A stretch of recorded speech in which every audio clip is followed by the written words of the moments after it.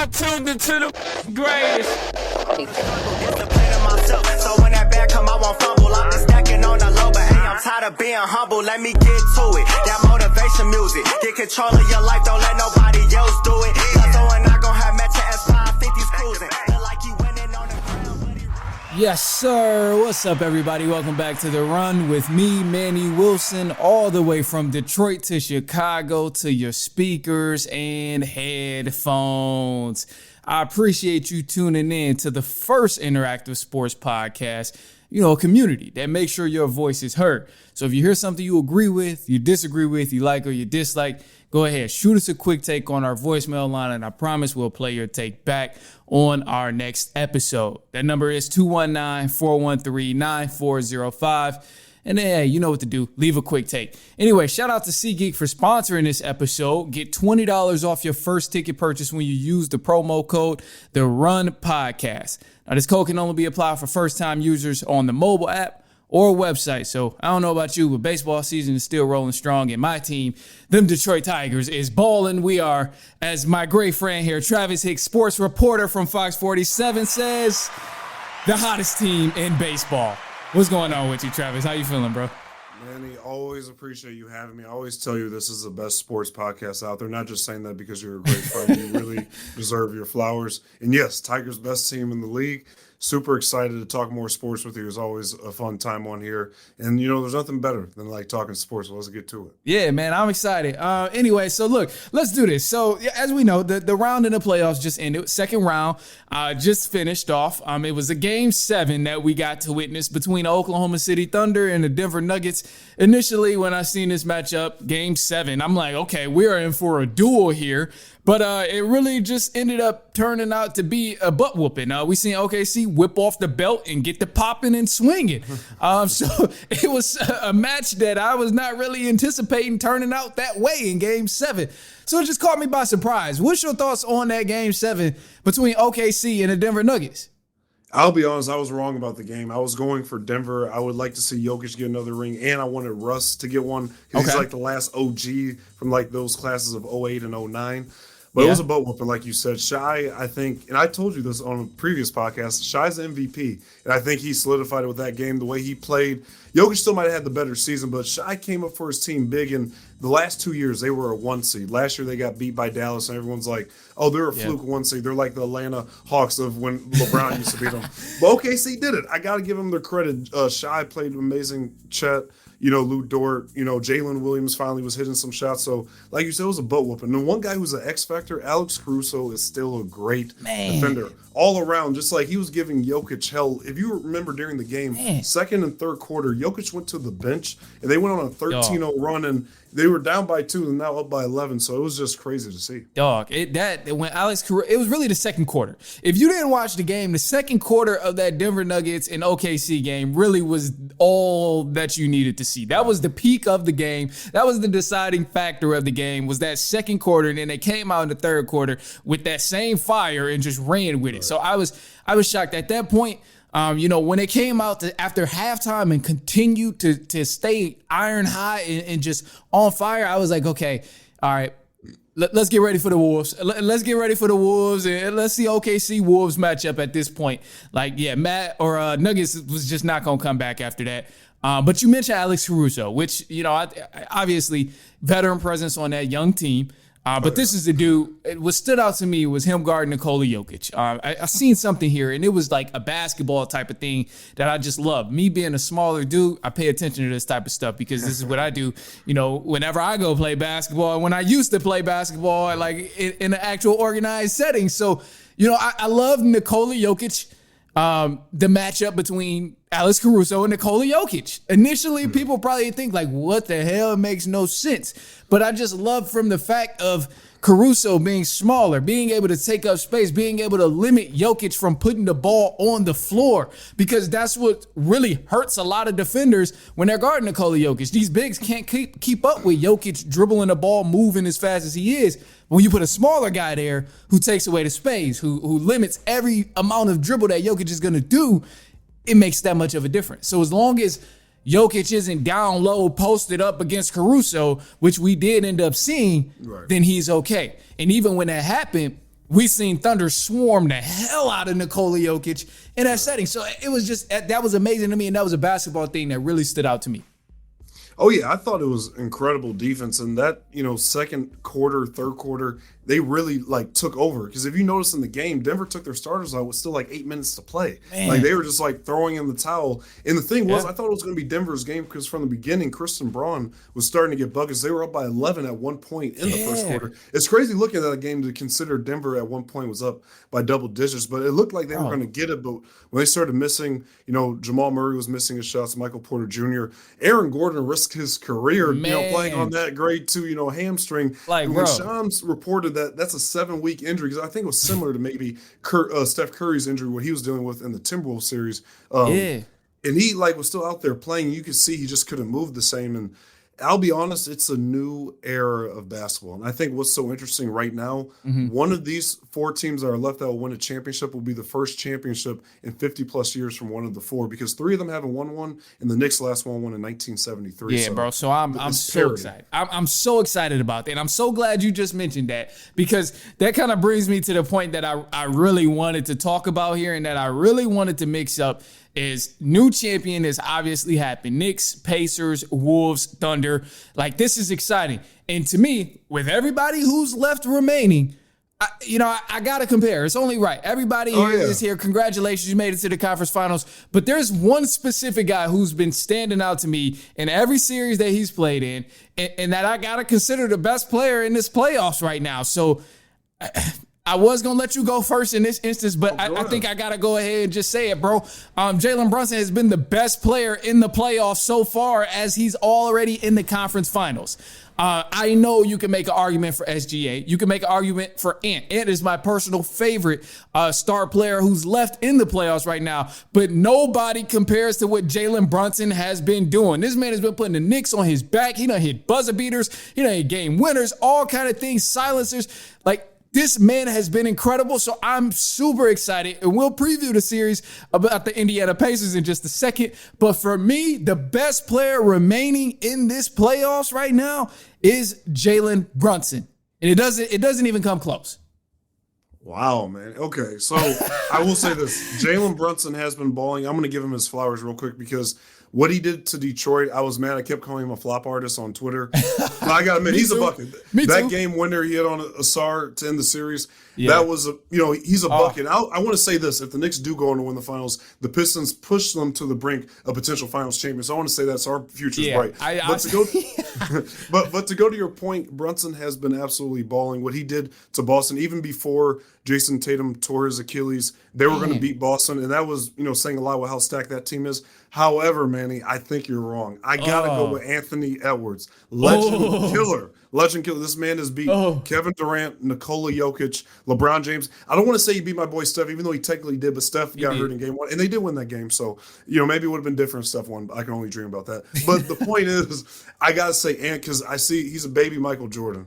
I don't know if they're actually related. If Jordan, I don't know. They're probably not. But I think Ant has just been balling. He's had some bad games. Jalen Brunson's been more consistent, but I think Ant is going to win the Wolves their first championship. I hope he does, honestly. But that's where I was going to go about the consistency. I think Brunson has been more consistent. That's ultimately why I picked Brunson as the best player in the playoffs remaining. But I do hope, Anthony Edwards goes on to win, and we'll discuss the series in a sec. But, it makes me think to another guy who is never going to get the credit. They consider him extremely overrated, and I think it's very important that we talk about this, because this man is a bucket, and he's been showing his behind. Tyrese Halliburton, bro. Hooper. Nobody wants to give him credit. Nobody will give him credit, but you can argue that Tyrese Halliburton is one of the best players left in the playoffs right now because of how consistent he's been, because of how important he's been to this Indiana Pacers team. And this man you can combine, this is how I look at Tyrese Halliburton. You take a prime Chris Paul, prime Steve Nash, and put them together, and you add a little athleticism from a young Damian Lillard, or I ain't gonna go too crazy, but I'll just say that you add the athleticism from a young Damian Lillard, you throw Chris Paul in there, you throw Steve Nash in there, and put it all in one, and you're looking at Tyrese Halliburton. That's how I look at him in the way he's been playing in his playoffs so far. And without him on his team, the Pacers offense would not flow the way it does, and everybody else wouldn't be as involved as they are in this offense. So this is why I'm like, Tyrese Haliburton, you can also make that argument that he is definitely one of the best players remaining in this playoffs right now. He's definitely one of the best players remaining, without a doubt. I wouldn't say he's better than Brunson or Ant just yet. That's just my personal opinion. Facts. But okay. He definitely is one of the best players. He deserves credit. Back-to-back conference finals appearances, more conference appearances than Joel Embiid. Just had to put that out there. Because, like, Tyrese has been balling, and he's had moments. Like, the game winners he had against Cleveland. Cleveland was the best team in the East all year, and they beat them, and it was convincingly. So Tyrese, I think what he's doing, and if he were to get a ring, I think that would be special too, because a lot of people kept saying he's overrated. He didn't do much. He just only hits like shots at times. He didn't play that much over the summer with the other best players in the Olympics. But no, I think his experience from over the summer of not getting that much PT, being around guys like Steph, Brown, and them, I think that's why we're seeing so many guys like him and Brunson be able to flourish right now, because Anthony Edwards even said after they beat the Warriors, he said he worked with Steph over the summer on shooting. Yeah. That's why he's been able to hit more threes. So I think Tyrese is a bucket, and I will say this, I think he's the most clutch player left in these playoffs. I stand on that. Whoa. Hell nah, bro. I'm not letting you get away with that. I'm not letting you get away with that. Tyrese Haliburton? Buzzer beaters, get step back. I'm talking about out of the players remaining. I'm not saying he's the most clutch player in the league. I mean, Jalen Brunson is still here, bro. You can't. True. You got Tyrese Haliburton over Jalen Brunson is more clutch. I think he's a little bit more clutch. Tyrese has already had memorable shots already. We got to think about the game winners he had in Cleveland and what he was doing in that series. Come on, and the game winner he also had against Milwaukee, beating that Giannis team, with Dame. Oh, that was crazy. Ooh. So because he's already had like 2 or 3 game winners. In this postseason, you can make a case Tyrese Haliburton has been the most clutch player. See, that's tough, bro. And I don't disagree with you. I don't disagree. And because you have a valid point. In that Milwaukee series, he was clutch as hell. And then in the Cavs series, he was clutch as hell. So you have a point. But it's hard to wrap my mind around it just because of the impact of what Jalen Brunson has been doing. And then obviously, oh my gosh, bro, the dagger that Jalen Brunson hit against my Pistons was just like, dog, I felt it. I felt. So the pain was there, bro, that like, I don't cheer for the Bucks. It was just an amazing game, and it was amazing buzzer beater. Same with the Cavs. I was actually hoping the Pacers won anyway, so I was happy that happened. But bro, with the Pistons, where I'm like, we finna go to 7 games, and then Brunson fucking tween, excuse my language, I need to beep it out, but tween, pull up. Oh, dog. Yeah, that was tough. I'm not gonna lie, when he did that, I was like, oh, it's just like somebody put a knife like through your heart. It's like, dang, because the Pistons were right there. So I see what you mean about Brunson, and he's been phenomenal. But I think Tyrese has had more moments. And hearing what you just said, that one shot did win the series. Don't get me wrong, what Jalen Brunson did. But Tyrese had his moments against the Bucks, and he also did it against the Cavs. And really, they were big underdogs in the Cavs series. So I think Tyrese has a point to prove. Bro, you know what these daggers feel like. And then we're going to move on because we're going to go to the actual predictions. So, like, all right, you ever watch Avatar, like The Last Airbender? Yeah. So this just remind me, bro, all these daggers, the Tyrese Haliburton buzzer beaters and the game winners that he hit against Milwaukee, Jalen Brunson hitting the buzzer beater against the Pistons. Bro, these daggers just feel like when Aang took my man's powers, when he took the Fire Lord powers. This is how it feels on the opposing team, bro. Like when Brunson hit that against us, that's how it felt. It felt like it was like, and then took my powers. I'm like, damn, bro, we lost. Yeah. So it's like, for Haliburton to do that against Cleveland. And to go on your point about the Avatar, because one, that's an amazing reference. 2, you want to know why you're so right about that? Because after he hit the game winner, Malik Beasley had an open 3, dropped it. Because everybody was still memorized over. Think about it. We're all still like, Jalen Brunson hit the shot. Then we actually have a chance to tie the game. Malik Beasley drops it. That's the season. That's the season. And that was the season, bro. Oh my gosh, that was rough. I don't know how the hell we got on that. Anyway, look, we're going to take a quick break here, and then we're going to jump back into some of the predictions, kind of wrap up what else been going on in the playoffs, but we'll jump back into the predictions of the conference finals and the teams we're expecting to win. Teams I'm expecting to win, teams he expecting to win. So give us a break. We'll take a quick break. It's halftime. We'll be right back.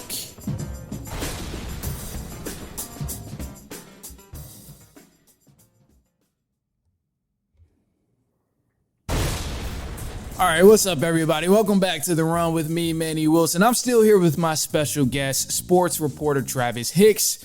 What's going on with you, Travis? How you feeling, bro?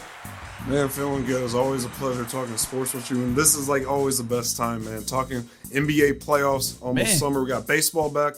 No better place to be on the pod. Shout out to them Tigers. You know, as you say, the best team, the hottest team in baseball. Bro, you see me on Twitter. hey, bro, you really be having me like saying that at the most randomest time. Oh, really? I be at work and I be like, hey, bro, my Tigers won again. And I'm like, the hottest team in baseball. Like, I be saying it at the most random times, bro. It's crazy. Yeah, I be quote tweeting a lot of my Detroit sports teams. Yeah, bro. I mean, you got to, bro. You got to. Anyway, so look, let's do this, man. So let's discuss. Obviously, anybody on a live stream, of course, greatly appreciate you if you're listening and you tapped in through the live stream, or if you're on the podcast platforms, whichever way you are listening, you know it is greatly appreciated. However, hey, so we got our playoff tree set up. In the conference finals, we got all the different teams that's going to be matching up against each other starting tomorrow, actually, with the Oklahoma City Thunder and the Minnesota Timberwolves. So let's start right here with this game. You said one of these guys is the best player in basketball. So between these teams, who you got winning? Going to the finals, as a matter of fact. I got Ant-Man, young Michael Jordan. I think the T-Wolves are going to win in 7. And the reason why I say that, last year they lost in 5 to the Mavericks. And, you know, they went through that experience of losing, and now they got Randall playing better. Rudy Gobert, he might get you a 20 and 20 randomly, which that's still mesmerizing to me. But I think Ant's going to lead these boys. They have a great foundation around them. I love what Jaden McDaniels is doing. I think one of the X factors who's been underrated is Dante DiVincenzo. So I think the T-Wolves are going to win in 7. I think the motivation stems from losing last year, and also, you know, Ant not having his right-hand man anymore, Cat. So a lot of people had doubt of the T-Wolves this year. Even in the first round, they said Lakers in 5. And they've been able to, you know, preserve and just win. So it's going to be tough because OKC has been the best team all year. But I got T-Wolves in 7, and I believe they take game 1 tomorrow night. Okay, all right. I ain't mad at that. So here's where I am about, you know, the series here. I agree with you. I think the Wolves are going to win in 7, and I hate that I agree with you because I love disagreeing and love being a villain sometimes, but it is what it is. I'm not about to change my opinion because you got a great mind just like mine. Anyway, so no, I think Wolves win in 7. I got literally same amount of games and everything, and I haven't been convinced of OKC all season long. And I know Wolves have been up and down in their play as well, but I really do think that the experience is going to show, and I think the experience is going to make a difference. Everybody talks about playoff experience, but we never really discuss how that actually makes a true difference in a playoff series. One of the ways it makes a true difference is, hey, sometimes the lights just a little too bright. We've seen it with our Pistons. The lights was just a little too bright, especially starting off the series. And times they were playing at home, lights was just too bright. They didn't know how to close games early on. They had to pick it up, learn it. And just because they never been on that stage before, it was just that much more difficult. Yes, Thunder is a great team, but the Thunder has never been to the conference finals with this young group. So, yeah, we'll probably see SGA get his 30-piece and 7 assists and 6 rebounds. But at the end of the day, the rest of those guys who are shooters, who are usually consistent knocking down threes, will they actually show up? I think they will for a moment, for a couple of games, just not 4 games and enough in 4 games to actually close it out against the Timberwolves, who's already been there and have those adjustments and know what to do and know how bright the lights is going to be and all of that. So I'm going T-Wolves in 7, and I think it's going to be a great series. But I will say I did get scared a little bit in that previous matchup against the Denver Nuggets, just seeing how Oklahoma City closed out the Denver Nuggets. That part was a little scary to me. I ain't gonna lie. Yeah, and I mean, but Denver was a great team. You know, that was a team who almost could have went back-to-back if it wasn't for a 20-point blown lead in Game 7, actually against the T-Wolves a year ago. But OKC, they're tough, man. I believe they got this year's MVP, Shai. No matter if we call him a three-throw merchant, he can ball. He's going to get you 30, and he's going to, like, do his thing, and Chet and those boys are going to play as well. And they're young. Like, they got fresh legs. T-Wolves are young, too, but I just think Ant just has that competitive fire, and I think he fuels off of the doubt. People saying, oh, we got OKC, we got the Lakers, we got the Warriors. And he's like ready, I think, to take that next step. One thing I found interesting, when they beat the Lakers, LeBron told him it's time to take that next step. So I feel like Ant's going to do it. It is going to be an extremely tough series. I think it's exciting. So I think two young guns going at it, Shy versus Ant. So T-Wolves in 7. I'm definitely excited about that. I think it's going to be something very unique. And the only time I've never, like I said, I've never been scared of OKC. Yes, they are young. Yes, that group has actually played together for a large majority of time because of I know in the past with the national team, SGA, Lou Dort, they were together. So I understand that. But the one thing that scared me about OKC is just honestly, the way they stormed Denver Nuggets in the second quarter was something that put a little fear in me. I'm like, okay, these boys is balling. These boys playing aggressive defense. Yeah. They're everywhere. They're closing out. They're rotating. It was great basketball. And what I tried to look at and the thought that made me counteract that is because I'm thinking, okay, well, yes, OKC is good. Yes, OKC, they play great defense. They have good offense. They've been a number one team all year. But also, the Timberwolves are not the Denver Nuggets. The Timberwolves play better defense than the Denver Nuggets. The Timberwolves have more offense than the Denver Nuggets as well. So this is slight advantages where I think it's going to cause a matchup issue. And also, Denver Nuggets are not deep at all on the bench. Timberwolves are. They have pieces coming off the bench. I mean, DiVincenzo, like we mentioned, who's been great all year long, is coming off the bench sometimes. So it's like these things make a huge difference. And this is where I kind of want to give the Timberwolves the advantage, and this is ultimately why I say, Wolves in 7 in this series here. And I think Wolves goes to the finals. I hope that the Wolves win the finals, man. It's about time. It's about time we see Ant-Man pick up that first ring. It's about that time, man. Anyway, go ahead. It is. No, I think it is. I think Ant is born for moments like this. I think he's a generational talent, and I think Ant just really.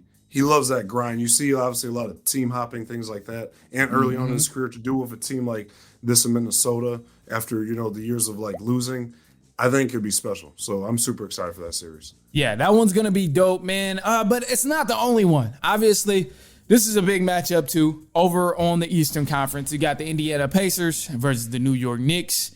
And man, oh, man, oh, man. I'm loving this matchup here. I am loving it. And I think I'm going to love it even more when the Indiana Pacers win in 7 games. Just because they've been slept on all year long. They've been slept on in the playoffs. Nobody thought the Cavs was going to win, or nobody thought they was going to beat the Cavs. Nobody thought they was going to beat the Bucks. But yet the Indiana Pacers have been mopping every team that they played. And this is just a great basketball team. I've said it once and I say it before. Every single person on this team has a great basketball IQ. Every person on this team plays good basketball and has a good understanding of what their role is on the floor. And not only can they spread the floor 5 wide and everybody shoot and play inside out, but again, everybody is a great passer. This team is so unique, and I don't know how anybody who likes basketball or claims to like basketball continues to discredit the Indiana Pacers. I don't understand it. So I got Pacers winning in 7, and I can't wait for it because it might be a little nasty. New Yorkers ain't going to be happy about that, and a lot of people ain't going to like it. The ratings are probably not going to be happy with that, but I think Pacers winning in 7. Okay. I like mostly everything you said. I'm going to tell you, I think Tyrese, as I said, been the most clutch player. Pacers have been balling. The storyline's there. They've never won before. Miles Turner, Pascal Siakam, who is a champion, obviously 2019 with the Raptors. This team has been slept on throughout the entire postseason. They've been balling. Yeah. Tyrese, I believe his time is coming. However, it's not now. I'm sorry, man. Knicks in 6. The reason why I got said Knicks in 6. That rhymed crazy. Actually. But Knicks and the reason why I'm going to tell you. Jalen Brunson has been balling, and he's going to showcase why he's better than Tyrese and one of the best point guards in the league, and why he's been doing it, this entire postseason. And the reason why I'm saying the Knicks in 6, T-Wolves and Knicks, the script is here, baby. The script is here. Cat was traded for Julius Randle. Now they meet in the finals. A year later, that is an amazing storyline. Everybody said it was a bad trade. The Knicks still aren't going to do nothing. They're going to lose to Boston. T-Wolves, they thought they were going to be a play-in team. And now, look, I think that's going to be the script, and I think the T-Wolves are also going to win the championship, as you said, too. But the Knicks are going to win in 6 because they're riding that momentum. Josh Hart, those light-skinned boys, Jalen Brunson, Cat, you know what I'm saying? They're hooping. They're hooping. So I'm going to say Knicks in 6, and the reason why I think they're going to still won at home. I believe both teams are going to do a good job defending home court, but I believe the Knicks will win more road games than the Pacers. That's why I have the Knicks in 6. Bro, look, so you mentioned the script. I know the script is already laid out. The script has been delivering all season long. I mean, from the start of the season, 2 guys who had great playoff runs switched teams with a little bit extra in that trade deal. And then you go fast forward into the season where you see Nico Harrison trade his star player and Luka Doncic, then all of a sudden win the lottery. Like the script has been scripted. We seen early on in the year too, Jalen Brunson, Therese Halliburton face it off on WWE. And all of a sudden, now they matching up in the conference finals. So you got a point with the script of Knicks going to the finals and playing the Timberwolves, and I'm not mad. I hope you right. I think it would be dope. I think it would be something cool to watch, and I would love to see that. And if that's how Anthony Edwards is going to get his first ring, then so be it. I love it. However, I can't stand behind the Knicks beating the Pacers because I think the Pacers are just a little bit better. I think the Pacers are just a little more well-rounded by, like, not even a lot, but just a little bit, man. Like, you go position by position, and Pacers got the advantage 1 through 5, and then you start throwing the bench guys out there. Pacers still got the advantage of who's better individually, and then as a collective, when they're on the floor, they just play a little bit better. And the abilities that each person on the floor can do just outranges the Knicks in what the individuals can do on that team and as a unit. So that's why I'm with the Pacers, but I wouldn't be upset. I'm honestly cool with whoever wins. But ultimately, I think you might have a point with the script. and when I look at it, I was like, that would be such a cool storyline of Julius Randle going back to New York, Cat going back to Minnesota, one of them getting their first ring, and or Jalen Brunson. And also, the Knicks they made me a believer. I thought it was a fluke, but I believe the Knicks, it's their time. Right now is the best time to win the East for them because obviously last year they ran to Boston. All these other teams, it was just hard for them. But now, now is the time. So, like I said, I think Knicks in 6. I think it's going to be an interesting series. It's going to be close. But Tyrese, his time is not yet, but he is coming though. Wow. Yeah, I mean, them boys loaded up right now. So we'll see, man. Other than that, Travis, bro, any hot take, I'm gonna leave the floor to you. What you got a random hot take you've been waiting to get off your chest or that's been on your mind that you just want to share and let the people know? So it's okay if you don't. But okay, I think I do, and I'm gonna put some respect on my boy. I always support like my light skins, like I said. Klay Thompson is the second greatest shooter in the history of basketball. People try to discredit Klay because of obviously recent years, torn Achilles, things like that. Even though I'm saying this as a Steph Curry fan, Klay Thompson is the second greatest shooter, and obviously he'll make that dynasty scene. The reason why I'm saying he's a better shooter than Reggie Miller and Ray Allen is made it 14 threes through 3 quarters and didn't play the 4th. It's still an NBA record. So I think a lot of people, when they look at the greatest shooters, and even in today's game, we talk about Steph, we talk about Dame, talk about Reggie. Obviously, shout out Rob. I love you, Rob. But Rob thinks Ray Allen's the greatest shooter, which he's completely wrong about that. That's where I was going. But Klay never gets talked about in that. So I want to say Klay is the second best shooter of all time. All right, so I'm gonna just say this, and then we're gonna let the hot take live. I've always been on the fence about this with Ray Allen being better than Klay Thompson shooting wise. I know you put Klay up there. You said he hit his 14 and didn't even play in the 4th quarter, which is crazy, of course. But you don't think if Ray Allen shot as much as Klay Thompson in the game, he would be able to get those same numbers that Klay has? Well, all due respect to the great Ray Allen, no. Crazy. I think Ray Allen is bro. amazing, but he can't shoot like Klay. That's insane, bro. That is insane. Klay is crazy. That's insane. I don't think it's. Look back at some of the tapes. Look back at some of the highlights from Klay. I want to say from about 2014 when that dynasty started to about 2019 before he tore his Achilles. I'm telling you, you'll be like 11 dribbles against Indy, 60 points, 37 points in 3 quarters, he was 9 threes in a quarter. Man's took 3 dribbles. Man's took like 6 dribbles and finished with 60. Ray Allen's not scoring 37 in the quarter, hitting 9 threes, 9 of 9. Sorry. I like Ray. No disrespect. Man. All due respect, though. That's gonna be one. That's a good one. I go. What back about and you, forth. Manny? I go back and forth, bro. What about you? What's your take? My killer take, bro. let's see, man. You know, I have so many, bro, because I be out here talking the craziest that there is. But as of lately, I've been on the trend of saying that the NBA needs to go back to 64 games. I know lockout seasons and stuff like that was, you know, a little like crazy and abnormal, but I really do really feel to the core that if the NBA dropped down to a 64 game format in the regular season, it would be far more beneficial than this 82 game season that we're witnessing. Because right now in the playoffs, it's a literal night and day situation of, okay, playoffs is here. Everybody's hyped. We're loving basketball. It's great basketball. It's physical. People are playing defense. The crowd is into it. You know, everyone loves playoff basketball. And then you wait a summer and get back to the regular season and you just all the way back down. No morale. Soft calls is being made. Nobody's playing like they actually care. And you eliminate that slump or that decrease, that fall all the way back to ground zero if you make it 64 games, because immediately people are going to come out the gate busting. They're going to come out the gate trying to, you know, be a first seed.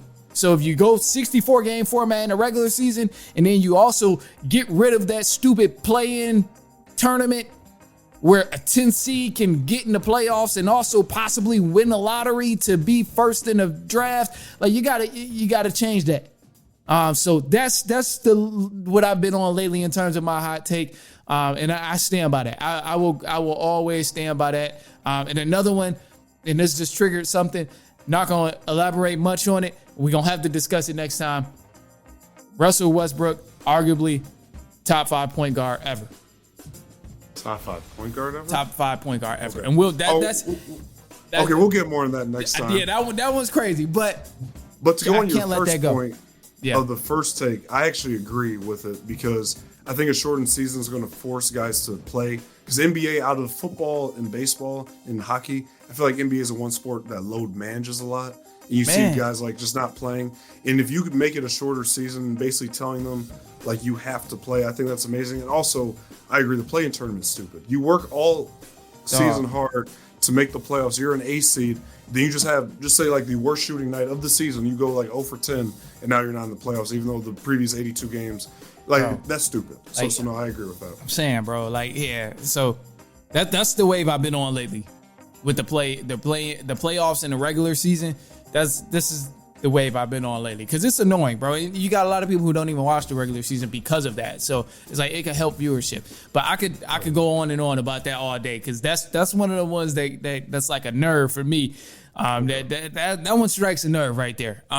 Anyway, Travis, look, man, I appreciate you for joining. Where can the people find you? They don't listen to the whole episode, or if they did listen to the whole episode, maybe they didn't. I don't know. I don't be knowing what the hell they be doing, to be honest. But yeah, where can the people find you? First off, man, Manny, thank you as always having me on. You literally are my favorite person to talk sports with.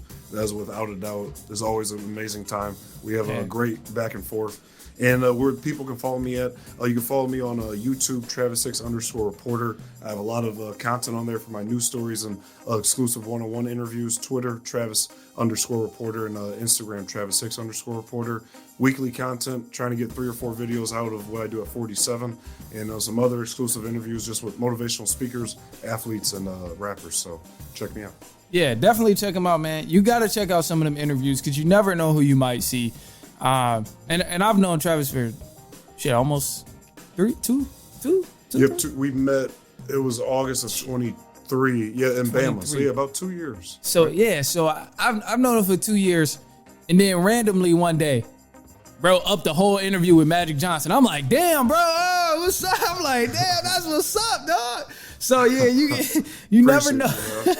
I use that as an example just to say, like, you never know who he might have an interview with. So you just gotta be on the lookout because, man, he be doing some great work. So y'all gotta check him out. You know, if you are, thinking about it, just go search him out, man. Other than that, man, look, that's all I got for you guys today, man. And I'm gonna leave y'all on a positive note. And the positive note today is just gonna be simple, but it's just gonna be, it's hard to think positive. It's hard to do positive things when you're listening to negative things and looking at negative things. So, just flip the script. Make sure whatever you're listening to is positive sometimes. Make sure whatever you're watching is something positive. Make sure whoever you're around is positive. So I'm gonna just leave it at that. It's for the positive note. Interpret it however you would like to. Other than that, man, that's all I got for you today. Other than that, we'll be back later on this week, and so on and so on and so on.